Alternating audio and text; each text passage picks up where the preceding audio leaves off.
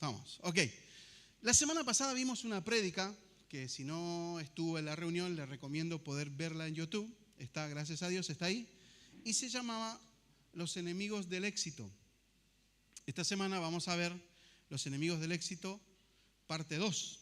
Y la otra semana Los enemigos del éxito ataca de nuevo y así. Vamos a seguir. No, realmente el Señor en este tiempo nos habló sobre la necesidad de madurar, de alcanzar un grado de madurez para que todo lo que Él nos da, nos promete y nos da en su palabra se pueda realmente tomar.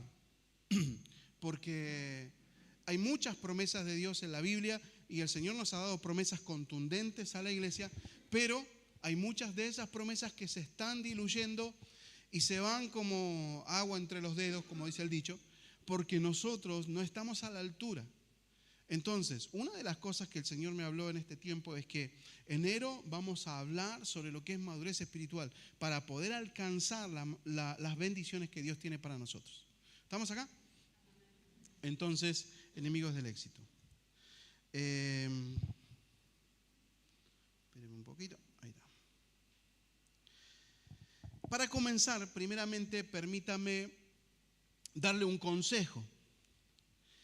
Y esto es para todos, no solamente para los que estamos acá, sino para los que están en YouTube y después vean la prédica posterior a esto. Es que vamos a abrir nuestro corazón, vamos a disponer nuestro corazón, o sea, vamos a tomar una decisión de que nuestro corazón realmente reciba la palabra. Porque lo que cambia realmente a una persona, a una congregación, a una iglesia, es la palabra de Dios. O sea, no es el predicador, sino la palabra. Pero ¿qué significa esto? Que el público, tanto el que predica como el público, necesita abrir su corazón para que la palabra realmente entre en el corazón y haga el cambio que tiene que hacer. Si no, nos vamos a pasar la vida escuchando predicaciones que nunca van a hacer ningún cambio. Va a ser una buena palabra, la vamos a aplaudir y decir, bueno, sí, gloria a Dios, pero nunca va a haber un cambio realmente radical en nuestra vida. Entonces, para que la palabra haga efecto, necesitamos nosotros darle el permiso. O sea, eso significa que yo tengo que decidir. Yo decido ahora, Señor, ser buena tierra para que la semilla de la palabra germine y dé fruto al 100 por 1. ¿Estamos acá? Ok. Quiero contarles un poquito la historia de José. José, el de la Biblia.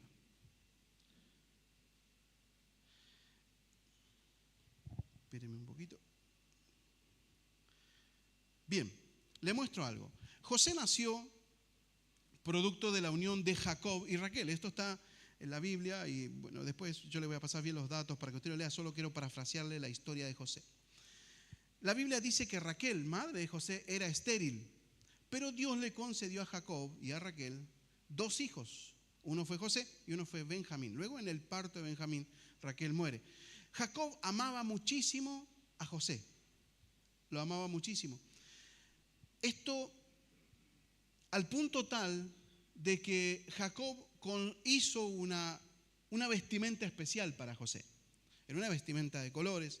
A diferencia de los otros 10 hermanos, José tenía una vestimenta especial. El punto es que todo esto provocó una especie de celo en el resto de los 10 hermanos, pero yo creo que tenían toda la razón del mundo. Los otros 10 tenían toda la razón del mundo porque Jacob hacía una diferencia entre ellos y José. El punto es que cuando José ya era un adolescente, tiene 2 sueños. Tiene 2 sueños. Uno era que estaba él con toda su familia juntando espigas de trigo. Y dice la Biblia que en un momento José, en el sueño, dice que las espigas de los otros 10 se inclinaban hacia la espiga de José. La espiga de José se mantenía erguida, pero las otras 10 se inclinaban. Ese fue el primer sueño. Ahí ya los otros 10 hermanos casi lo matan. Pero José tiene otro sueño. En el otro sueño sueña algo muy parecido. Y dice que los 10 hermanos, más el padre, aún el cielo y las estrellas, se inclinaban ante él. Ahí sí los hermanos dijeron, no, a este lo matamos en serio. ¿Y qué hicieron los hermanos? Planificaron cómo matarlo. En un momento ellos estaban pastoreando las ovejas en algún lugar y el padre manda a José a donde estaban los hermanos y los hermanos lo ven de lejos, planifican, dice acá lo matamos y le decimos a nuestro padre que murió, se lo comieron las bestias del campo. Dice que lo agarraron, le sacaron la túnica de colores, la mancharon con un poco de sangre y se la llevaron al padre diciendo que José había muerto. Jacob creyó que José había muerto. El punto es que ellos lo metieron en una cisterna sin agua, dice la Biblia, para matarlo después. Había uno de los hermanos que quería sacarlo de ahí, pero no lo hizo a tiempo. Y cuando vieron ellos que venían un grupo de mercaderes que llevaban perfumes hacia Egipto, se lo vendieron como esclavo a José. Ahora, note esto, quiero irle parafraseando un poquito la historia. José nace nace de un vientre estéril. Luego los hermanos le tienen envidia, lo intentan matar, lo tiran a un pozo, lo venden como esclavo. ¿Hasta ahí estamos? ¿Esta es la historia? Esos mercaderes que se lo compran a los hermanos, los llevan a Egipto y en Egipto se lo venden como esclavo a un general del ejército de Faraón. Este hombre, que se llama Potifar, dice la Biblia que él era un general del ejército, una especie de escuadrón SWAT de Faraón. Era algo así. El punto es que cuando él comienza a trabajar en las tierras de Potifar, Dios bendice a José y también bendice las tierras donde estaba José. Pero José, dice la Biblia que era de hermoso parecer, era un muchacho joven. Él tendría alrededor de 22 o como mucho 25 años. Y dice la Biblia que la esposa de Potifar se sintió atraída por él e intentó tener relaciones con él, lo trató de persuadir. A lo que José se rehusó diciendo: yo no le voy a fallar a Dios, porque realmente yo debo todo, se lo debo a Dios y realmente respeto a Dios, por lo tanto no lo voy a hacer. Entonces, en una de esas idas y vueltas, la mujer insistía, en una de esas la mujer le quita las ropas a José, José sale huyendo, ella se queda con las ropas y cuando llega el marido, ella dice: José me quiso abusar. Entonces toman a José y lo meten a la cárcel. ¿Sí me va siguiendo acá? Mire qué historia, terrible historia la de José. Luego en la cárcel, dice la Biblia que José está en la cárcel, conoce a un copero, a una persona que había robado una copa en el palacio, en el faraón. Dice la Biblia que ese hombre estaba allí y tiene un sueño. Ese sueño, para ir más rápido, significaba que en pocos días iba a salir de la cárcel, pero él soñaba, no entendía lo que pasaba. Entonces José le revela el sueño a ese copero. El sueño se cumple, salió de la cárcel, en pocos días salió de la cárcel, y cuando él sale de la cárcel, José le dice: cuando llegues a Faraón, acuérdate de mí, háblale de mí. ¿Qué pasó? El punto fue que 2 años después, 2 años, tomen en cuenta esto, 2 años más José en la cárcel, 2 años después, Faraón tiene el famoso sueño de las 7 vacas gordas y las 7 vacas flacas. ¿Se acuerdan? ¿Verdad? El punto es que cuando Faraón tiene ese sueño, busca quien se lo interprete porque no sabía qué significaba, y buscó y nadie le interpretó el sueño. Y en un momento a eso, 2 años después, el copero se acuerda y dice: yo conocí a alguien en la cárcel que me interpretó un sueño, tal vez. Entonces dice la Biblia que Faraón envía a buscar a José, lo saca de la cárcel, lo trae y José le interpreta el sueño. Ahora note esto, mire la vida que trajo José, de nacer de un vientre estéril, ser odiado por los hermanos, ser vendido como esclavo, lo intentaron matar, lo vendieron como esclavo, después esos que lo compraron se lo vendieron a otro como esclavo, o sea, era un producto. Luego una mujer intenta abusar y miente por esto y lo envían a la cárcel. Y en la cárcel conoce a alguien que él le hace un favor y el tipo se acuerda 2 años después. O sea, era un problemón. El problema es que cuando José llega a Egipto y revela el sueño de Faraón, Faraón se da cuenta que José tenía algo especial y que José podía llevar adelante el reino, o sea, todo lo que es el imperio de Faraón. Ahora note esto, Génesis 41, del 41 al 46, le voy a leer. Génesis 41, del 41 al 46. Y dice así: el faraón dijo a José, note esto: yo aquí en persona te pongo a cargo de toda la tierra de Egipto. Note el beneficio. Ahora, luego el faraón se quitó el anillo de su mano, su sello oficial, y lo puso en el dedo de José, lo vistió con ropas de lino de la mejor calidad y le puso un collar de oro. Ahora note esto. Después hizo que José subiera al carro de guerra reservado para el segundo de autoridad, y donde quiera que José iba, se gritaba la orden: arrodíllense. Así que Faraón puso a José a cargo de todo Egipto. Verso 44 dice: y le dijo: yo soy el Faraón, pero nadie levantará una mano ni un pie en toda la tierra de Egipto sin tu aprobación. Ahora note la autoridad que Faraón le estaba dando a José. Note esto, la autoridad. Y le dijo a Faraón: pero nadie levantará una mano ni un pie en toda la tierra de Egipto sin tu aprobación. O sea, yo soy Faraón, pero lo que vos digas se va a hacer.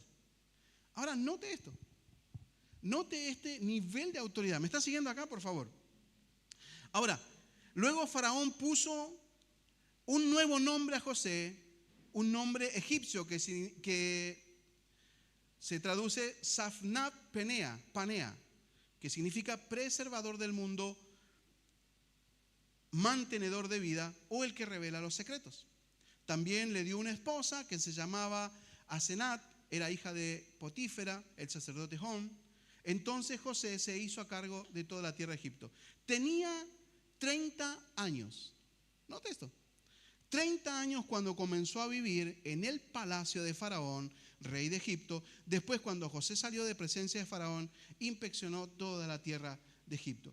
Ahora, me llamó muchísimo la atención, y hay historiadores que lo afirman, que el lugar que José tomó fue el lugar de la persona que lo esclavizó, del que lo compró como esclavo, un tal Potifar. Potifar era el segundo a cargo en el reino de Faraón. Pero cuando José llega, toma el lugar de ese. Ahora, eso es un comentario al margen, pero me llama muchísimo la atención cómo es que José fue prosperado en todos los lugares donde estaba. Diga conmigo: propósito.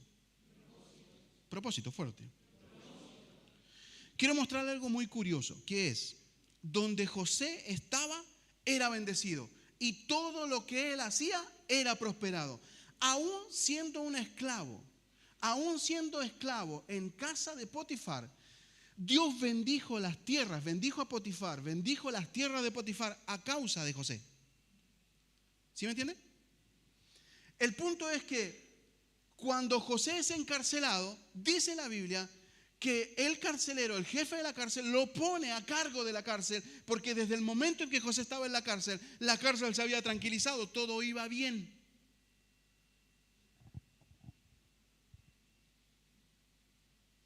Luego José sale, va a Faraón, y Faraón lo pone como segundo al mando. Note que una persona con propósito, no se puede negar que José tenía un propósito de bendición. Porque los que son benditos, aún en las peores crisis de sus vidas, son prosperados en todo lo que hacen. ¿Se da cuenta de lo que le estoy diciendo? Y esto está mostrado en esta palabra. José vivió terrible lo que vivió. Nació de un vientre estéril, luego fue odiado por sus hermanos, lo intentaron matar, lo vendieron como esclavo, lo volvieron a vender como esclavo.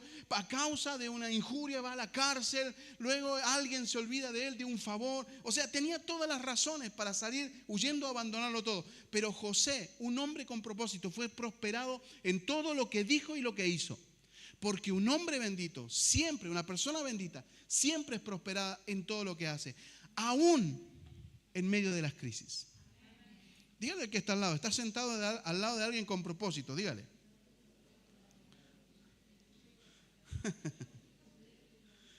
Ahora, cuando hay propósito en tu vida, hagas lo que hagas, estés donde estés, aunque te traicionen tus familiares o tus amigos, aunque seas un esclavo de un trabajo tedioso, pongámosle, aunque hayas vivido abuso, aunque hayas estado encarcelado físicamente o en tu mente, hagas lo que hagas, estés donde estés, serás bendecido, porque el que tiene un propósito en Dios, haga lo que haga, esté donde esté, siempre va a ser bendecido.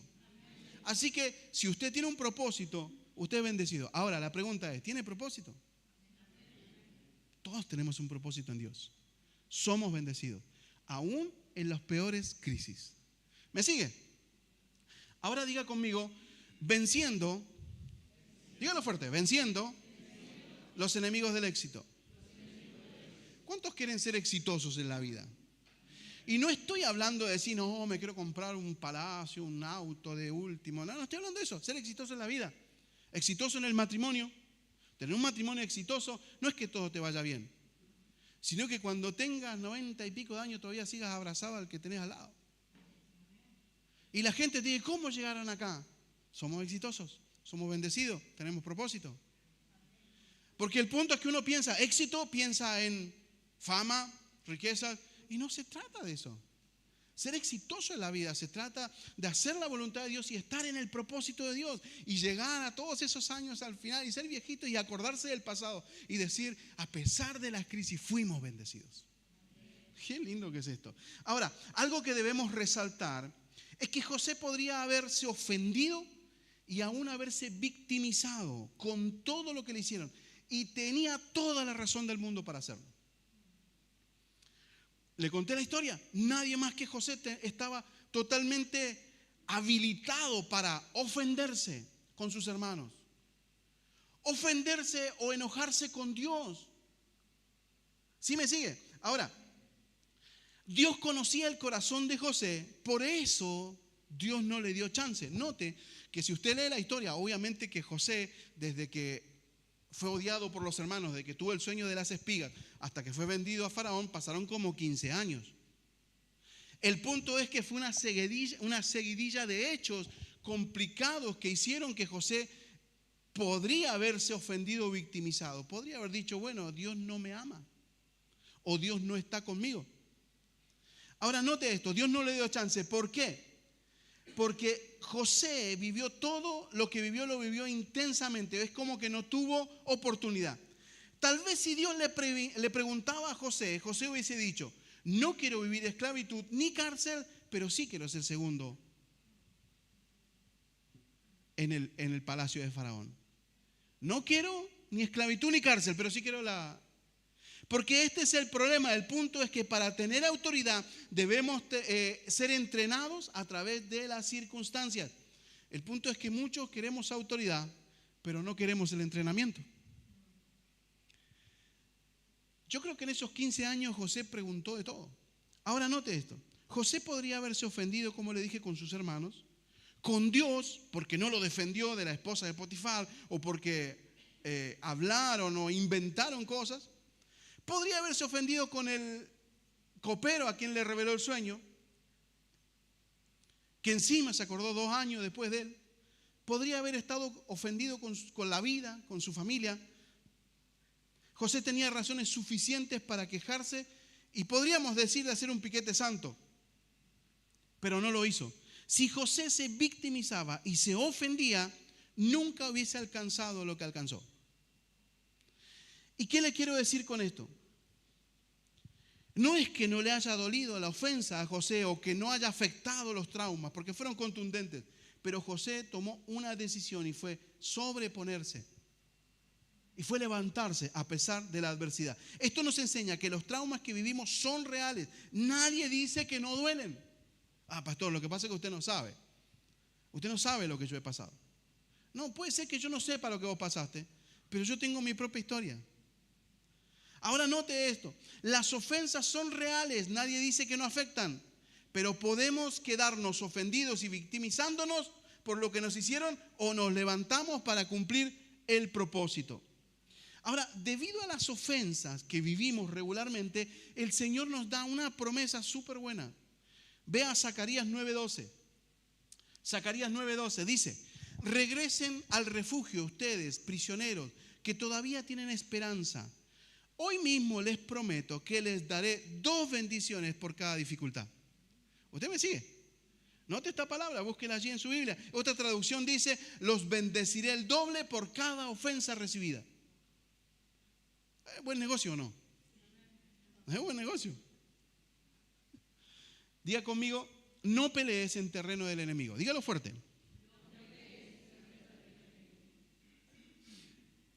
Ahora quiero mostrar algo interesante. Por lo general, cuando alguien se ofende y se victimiza, pierde la perspectiva del reino de Dios y pelea bajo las reglas del infierno. Digan, esto está complicado. Cuando alguien pierde la perspectiva del reino de Dios, pelea bajo las reglas del infierno. ¿Cómo es esto?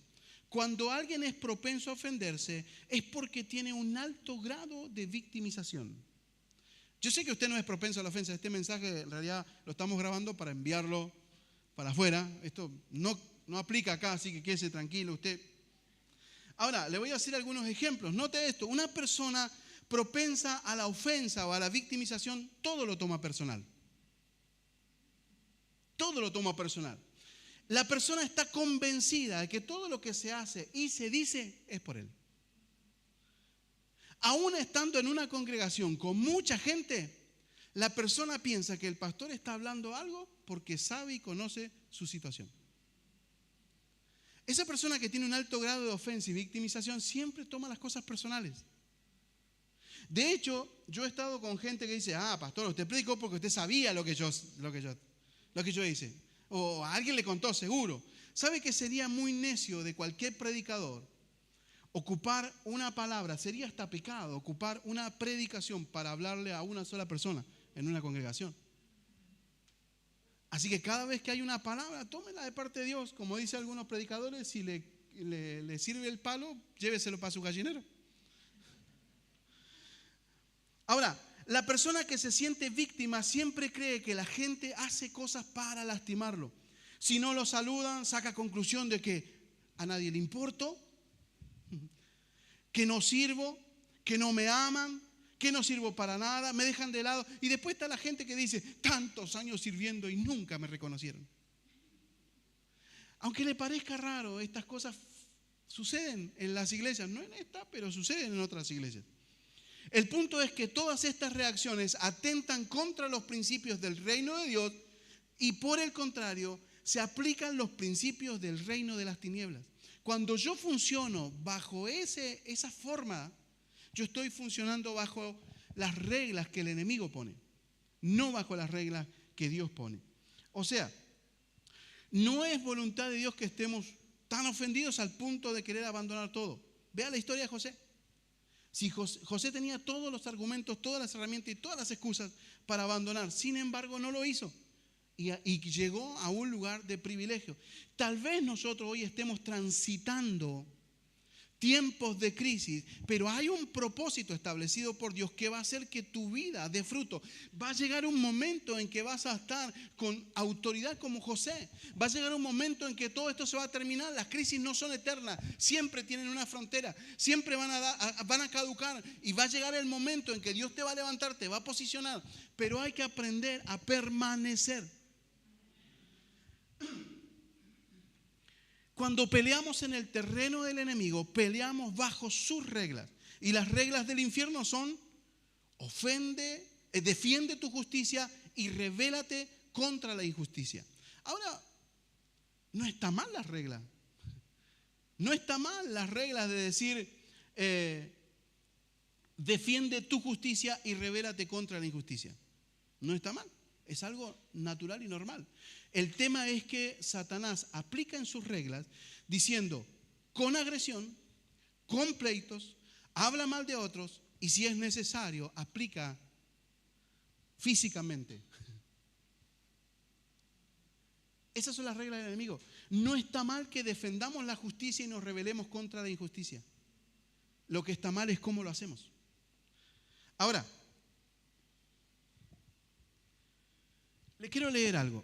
Présteme atención, por favor. Esto es parte de un devocional que subí el otro día. Dice, la ofensa es un sentimiento de desazón y desilusión que tiene un fundamento verídico para quien se ofende. Puede ser que el ofensor no se dé cuenta que está ofendiendo. ¿Sí me sigue? Hay gente que dice, como le dije la semana pasada, hay gente que dice, le tengo que pedir perdón porque yo estaba ofendido. Yo ni siquiera sabía que te había ofendido. Hay gente que está ofendida conmigo que yo no sé qué hice. O sea, obviamente algo hice que la persona se sintió ofendida. Hay gente que está enojada, ofendida con Dios, pero Dios nunca hace nada para ofendernos. Sin embargo, nos ofendemos cuando las cosas no salen como nosotros queremos. ¿Por qué Dios permitió esto? Listo, está ofendido. Si alguna vez hice este comentario, ¿y por qué Dios? ¿Y por qué? Bueno, está ofendido. El punto es que la ofensa, esta es la trampa del enemigo de los hijos de Dios. Satanás quiere que abandonemos el propósito que Dios tiene para cada uno de nosotros, influenciando nuestros sentimientos con ideas de victimización. La ofensa tiene la particularidad de producir heridas, desilusiones, dolor, enojo, amargura y resentimiento. Y esto puede hacer que levantemos habitaciones para escondernos y aislarnos, y los ladrillos con que construimos esa habitación son paredes de mal humor, indignación, irascibilidad, desconfianza, pesimismo y por supuesto los custodios que no permiten que haya sanidad, que es el retraimiento y la victimización. ¿Sí me sigue? ¿Estamos acá? Ahora note esto. El punto es que la ofensa tiene su raíz en la defensa de la verdad. Ahora, no estamos diciendo que ofenderse esté mal. La ofensa tiene su raíz en la verdad. Por lo general, cuando alguien se ofende, está haciendo honor a la verdad y a la justicia. Debemos estar convencidos que pelear contra la injusticia es importante, pero no debe pasar que en nuestro esfuerzo por ser la voz de la injusticia caigamos en la cultura de la victimización, porque eso automáticamente anula la justicia de Dios. Pelear contra la injusticia no significa que yo me tenga que victimizar. Somos víctimas. Mire, mi hermano, cada ser humano vive crisis. Cada ser humano vive crisis y tiene una identidad en Cristo. Lo importante es que nosotros, los que estamos presentes, tengamos la capacidad de identificarnos con esa identidad que Dios nos da. Y podemos tomar las situaciones de otra manera, como lo hizo José, como parte del entrenamiento para cumplir el propósito. Esa sería una de las maneras de ver. Ahora, pastor, ¿qué? Entonces nadie me ofende. No, sí te ofenden. Entonces, que yo sea víctima de abusos, ¿no pasa? Sí pasa. El punto es cómo nosotros reaccionamos ante la ofensa, cómo reaccionamos ante la victimización. ¿Me está siguiendo? Ahora, diga conmigo las armas de la guerra. Ahora, note esto. Zacarías 9, del 9 al 13. Yo les leí el pasaje que estaba muy bueno, de la mejor oferta del Señor. Pero note esto. Zacarías 9, del 9 al 13 dice: alégrate, oh pueblo de Sión, grita de triunfo, oh pueblo de Jerusalén. Mira, tu rey viene hacia ti. Él es justo, victorioso, pero humilde, montado en un burro. Verso 10. Quitaré los carros de guerra de Israel y los caballos de guerra de Jerusalén. Destruiré todas las armas usadas en la batalla y el rey traerá paz a las naciones. Su reino se extenderá de mar a mar y desde el río Éufrates hasta los confines de la tierra. Debido al pacto que hice contigo, sellado con sangre, yo libraré a tus prisioneros de morir en un calabozo sin agua. Regresen al refugio ustedes, prisioneros que todavía tienen esperanza. Hoy mismo prometo que les daré 2 bendiciones por cada dificultad. Verso 13 dice: Judá es mi arco, Israel mi flecha, Jerusalén mi espada, y como un guerrero la blandiré contra los griegos. Ahora note esto. Este pasaje está hablando de la profecía que Zacarías hace para el pueblo de Dios sobre la venida de Cristo. El punto es que el pueblo de Dios estaba esperando a un justiciero, alguien que con espada haga una liberación y que derrame sangre. Ellos tenían ganas de que haya líos. Por eso el Señor les dice en el verso 10: quitaré los carros de guerra y los caballos de guerra de Jerusalén, o sea, de su pueblo. O sea, no está hablando que va a desmantelar todas las armas usadas en la batalla, las destruiré, dice el Señor. Ahora, no le está hablando a los enemigos, no le está diciendo a ellos, voy a destruir las armas que tus enemigos tienen. Voy a destruir sus carros de guerra y sus caballos de guerra, los voy a destruir. No, le está diciendo al pueblo de Dios. ¿Por qué? Porque el pueblo estaba esperando un libertador que venía con espada y derramara sangre inocente y sangre por todos lados y hubiera matanza y todo eso. O sea, era una guerra natural y normal como había en esos tiempos. Pero Dios le dice al pueblo, yo voy a quitar ese tipo de argumentos, esa forma de pelear. ¿Sí me está siguiendo? El tema es que el pueblo de Dios estaba esperando ese libertador porque llevaban años siendo oprimidos. Pero Dios le dice, las armas con las que ustedes se defienden son naturales, pero no son las que vamos a usar en el reino de Dios. Entonces, ¿no podemos ofendernos? ¿No somos víctimas? Claro que podemos, es un sentimiento que tenemos nosotros. Lo que Dios está diciendo, pero no vas a usar las mismas armas que usabas siempre para arreglar esas ofensas. Para solucionar los problemas, no vas a usar lo que hacías siempre. Como hijos de Dios debemos pelear con las armas que Dios nos da, no con las que el enemigo nos propone.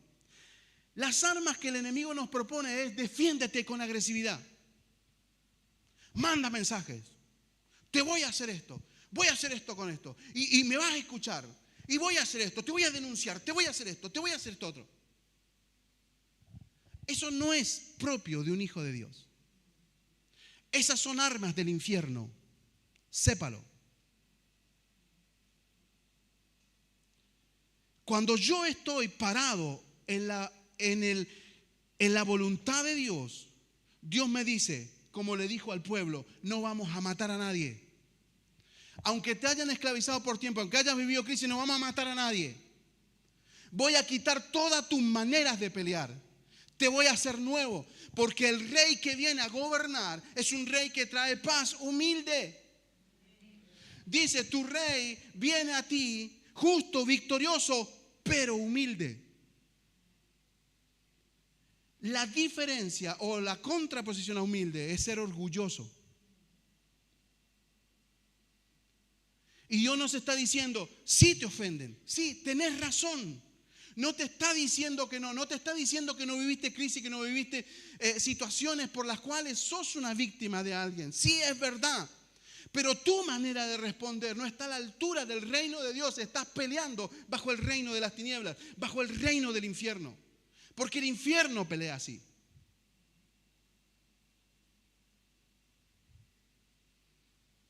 Ahora note esto. Verso 12, regresen a mi refugio. Ustedes prisioneros, verso 12, ustedes prisioneros que todavía tienen esperanza. Hoy mismo prometo que les daré 2 bendiciones por cada dificultad. Regresen a mí, regresen al refugio, ustedes los prisioneros. ¿Al cuál refugio? ¿A cuál refugio? ¿Donde tenemos todas las armas para salir a pelear? ¿O al refugio de paz que Dios nos permite o nos propone? Miren, mi hermano, no es algo que nosotros aprendamos de un día para otro. Yo no le estoy hablando de algo que yo lo tengo súper mega aprendido. Porque siempre se nos salta la cadena en algo. Pero debemos aprender a solucionar los problemas. No estamos diciendo que no nos enojemos, que no se nos salte la chaveta por esto, por esto otro. No estoy diciendo eso. Estoy diciendo que tenemos que aprender a funcionar bajo el reino de Dios, no bajo el reino de las tinieblas. Estas palabras tienen que servirnos. Por eso hablamos al principio, yo necesito que mi corazón se abra para que la semilla del reino de Dios se posicione en mí y que yo pueda aprender a reaccionar ante las ofensas. Porque si no, voy a estar derramando sangre. Voy a estar peleando como pelea cualquier persona sin conocer a Dios. Ahora note esto, mire lo que dice Timoteo, 1 Timoteo 3:7. El apóstol Pablo llama a Timoteo y le dice a Timoteo, ¿sabes qué? Vos necesitas tener líderes en tu iglesia. Eso le dice el apóstol Pablo a Timoteo. Necesitas tener líderes, necesitas tener personas que representen la iglesia. Esto le dice el apóstol Pablo a Timoteo. Pero note la recomendación que le da el apóstol Pablo en cómo tiene que ser una persona. Primera de Timoteo 3:7. Además, la gente que no es de la iglesia debe hablar bien de él. ¿Sí me sigue? Para que no sea deshonrado y caiga en las trampas del diablo. Ahora, ¿qué le está diciendo el apóstol Pablo a Timoteo?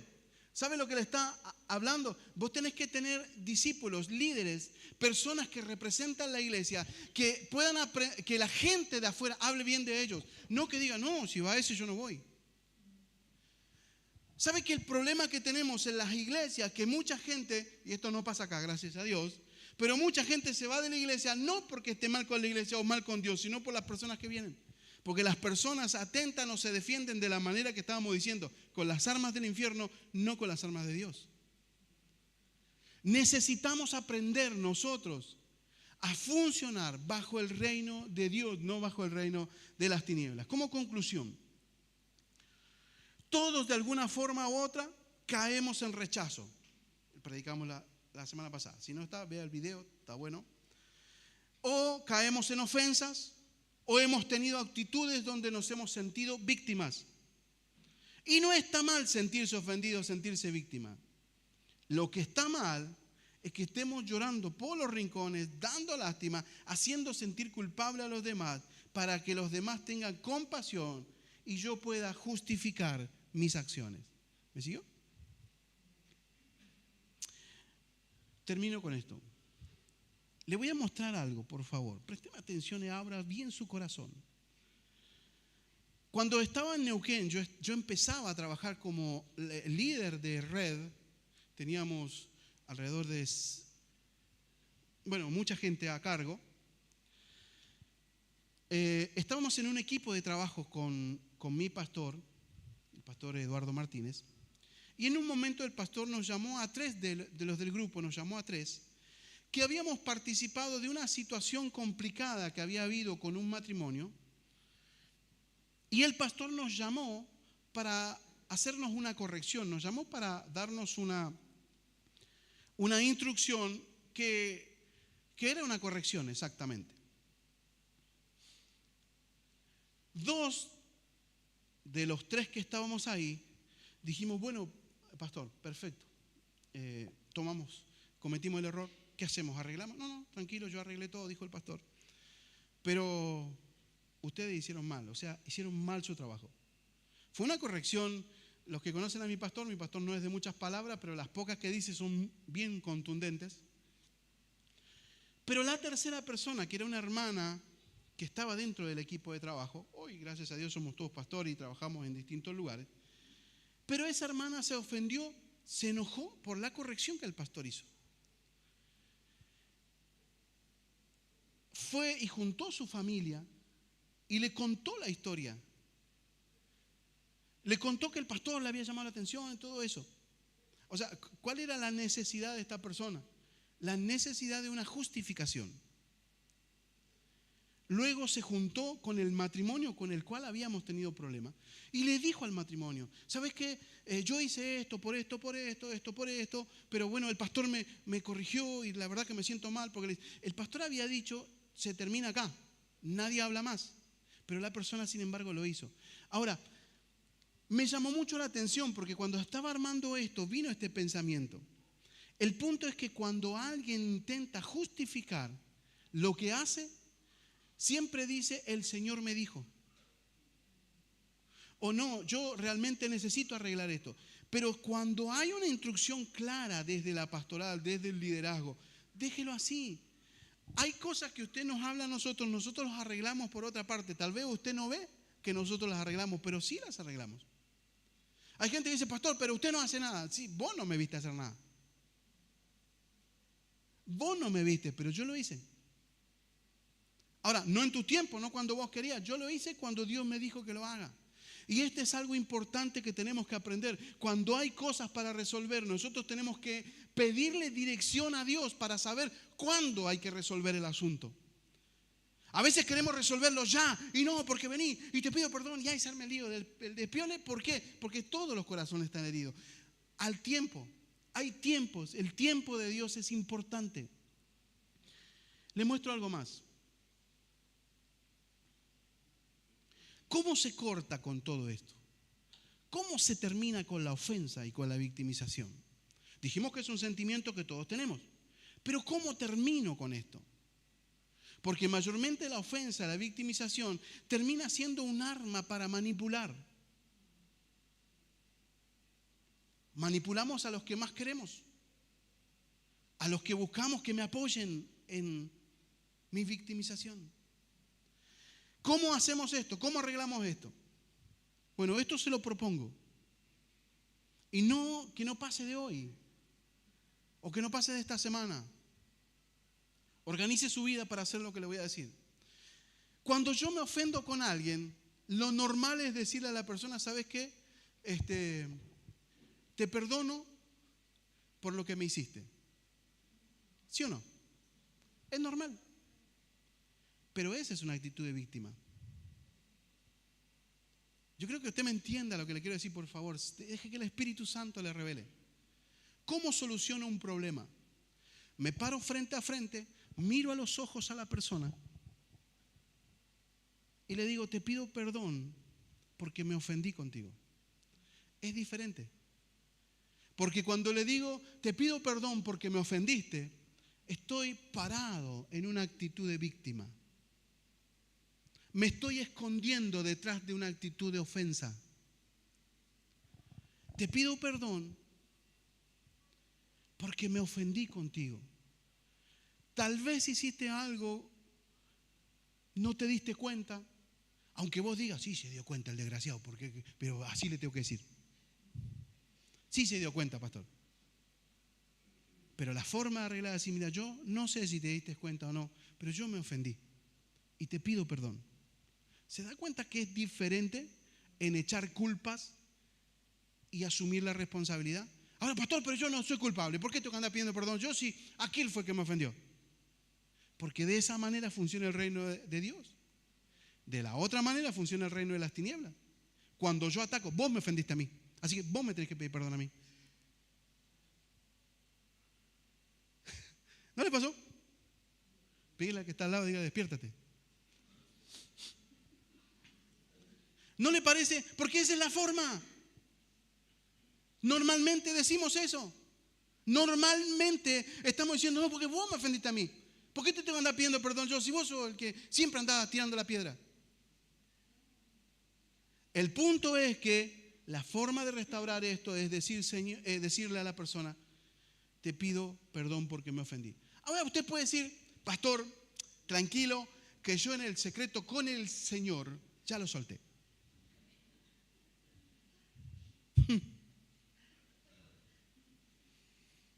En el secreto, pastor. Usted no sabe, yo tuve mi tiempo de oración y ahí lo solté. Así que, ahora que el fuego caiga del cielo sobre él. ¿Sabe qué es increíble? Pero en el secreto de Dios, yo puedo perdonar a alguien. Pero ¿sabe cuándo usted se da cuenta que realmente perdonó? Hágame caso. Vaya a la persona, mírela a los ojos.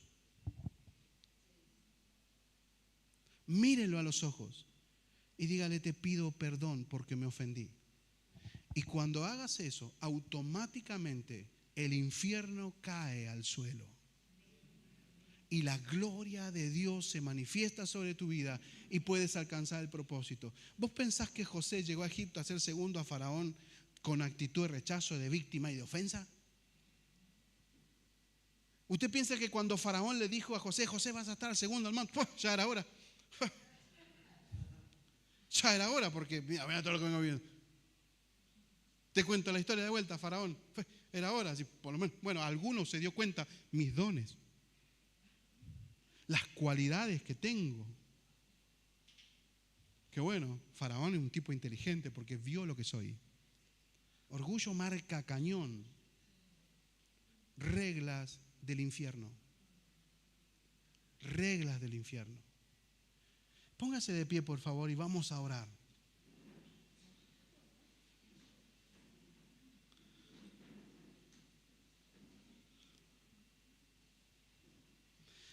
Y hoy somos poquitos. ¿Qué le parece si hacemos un altar todos aquí en la plataforma? Y podemos tocar esa canción, Lucas, que... Pasámonos. Esa canción que dice, es la que cantamos al principio. No importa quién soy, no importa qué tengo. Vamos a pasar al altar todos. Vamos a hacer un altar. Le vamos a pedir al Señor. Yo no le voy a orar.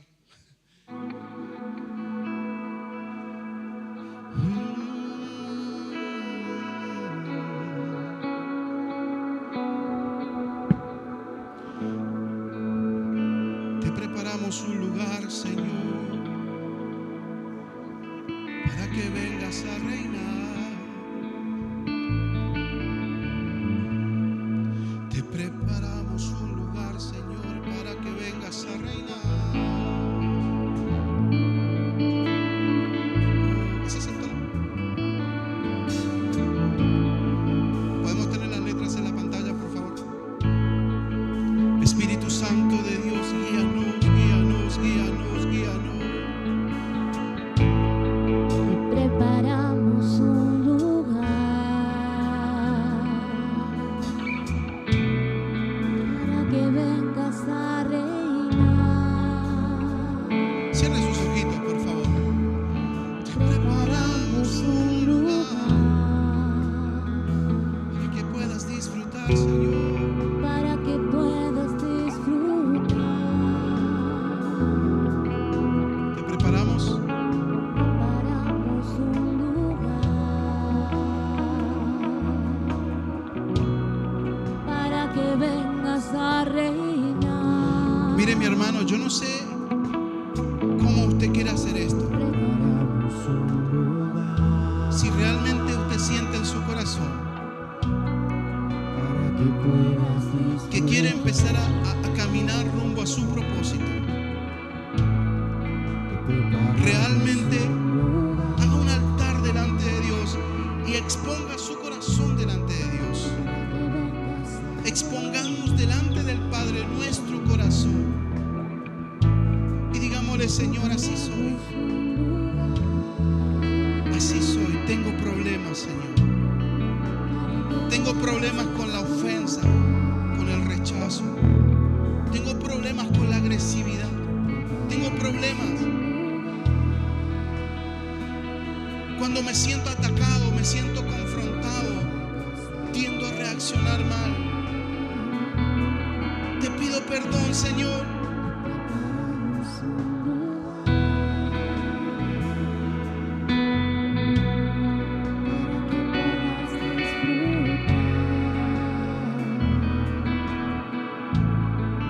Preparamos un lugar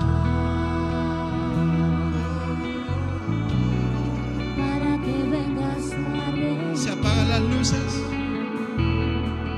Se apagan las luces que están sobre el hombre.